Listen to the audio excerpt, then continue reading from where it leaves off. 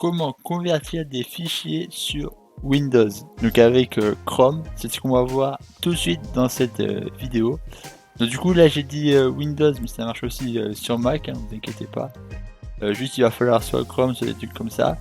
Mais du coup si on utilise par exemple Chrome, donc là avec Google Chrome, pour convertir, donc il y a bien sûr des sites pour convertir, bien sûr il y a plein de sites. Par contre sur des sites il y a forcément des fois des tailles qui peuvent différer. Par exemple on peut convertir des fichiers de 1 MO, d'autres pour convertir des fichiers d'1 giga, d'autres pas plus d'1 giga.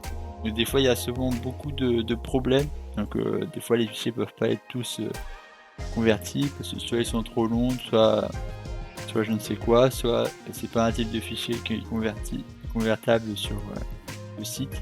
Donc, du coup il y a plusieurs méthodes. Donc, par exemple il y a la première méthode, c'est avec une extension, donc qui est celle-ci, Convertio. Donc pour l'installer c'est très simple, vous faites Convertio.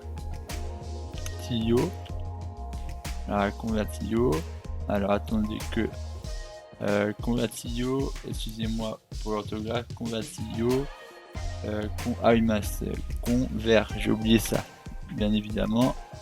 Et là du coup vous tombez sur le site, voilà, donc c'est celui-là. Donc là pour installer l'extension vous faites ici. Donc avec donc là vous pouvez voir qu'on peut toujours faire avec ça, mais avec l'extension normalement tu vas avoir une taille de fichier un peu plus élevée. Mais du coup tu peux l'installer, voilà, donc tu installes l'extension, et comme ça.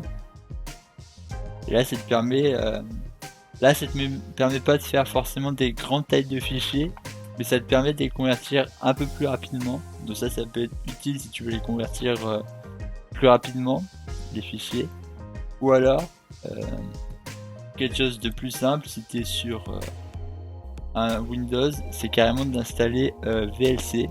Donc là par exemple pour installer VLC, vous allez voir soit ma vidéo sur qu'est-ce que Ninit, donc vous aurez le lien dans la description de la vidéo, ou alors vous tapez VLC et là vous pourrez télécharger VLC depuis le site. Donc là VLC for Windows, voilà. Là télécharger, voilà. Donc soit vous téléchargez de là, soit via Ninit qui est dans la description de la vidéo. Et du coup là, excusez-moi pour le bruit que je viens de faire, là hop VLC, voilà ici. Par contre le problème avec VLC c'est que ça convertit que des fichiers vidéo.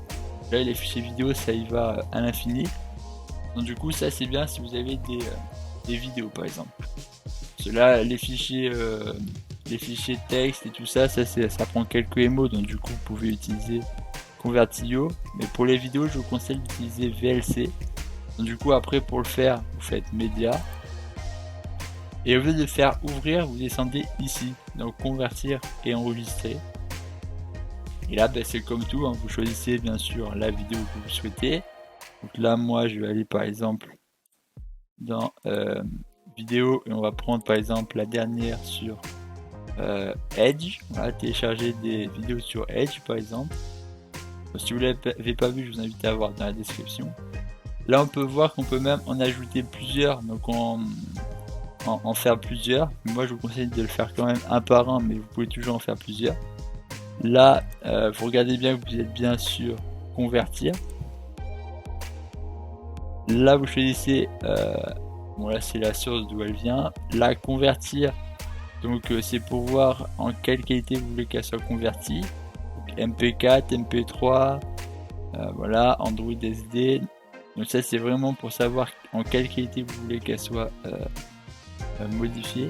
Donc du coup là ça marche que pour si vous voulez le mettre en MP3 par exemple, en MP4 je dirais, excusez-moi. Ça marche juste pour le mettre en format MP4. Donc si vous avez un format MKV vous pouvez le mettre en MP4. Par contre si vous voulez mettre un format MP4 par exemple en AVI ou je ne sais quoi, ça marchera pas. Après je pense que c'est mieux toujours de le mettre en MP4.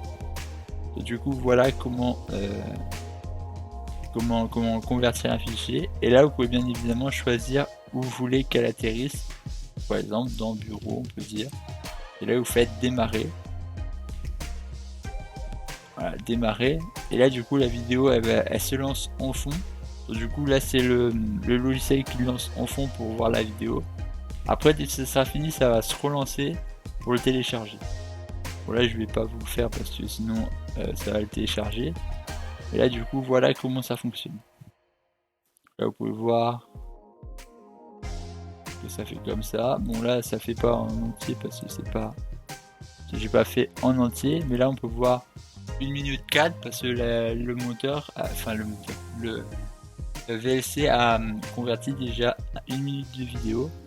Contrairement à si on va sur vidéo, on peut voir que la vidéo a fait 8 minutes 46. Donc là, elle a eu le temps de convertir que 1 minute. Donc vous voyez quand même que c'est assez rapide. Bon, bien sûr, si vous avez un PC pas forcément puissant, ça va être assez long, mais bon. Alors par exemple, vous voyez que ça fait 20... Excusez-moi.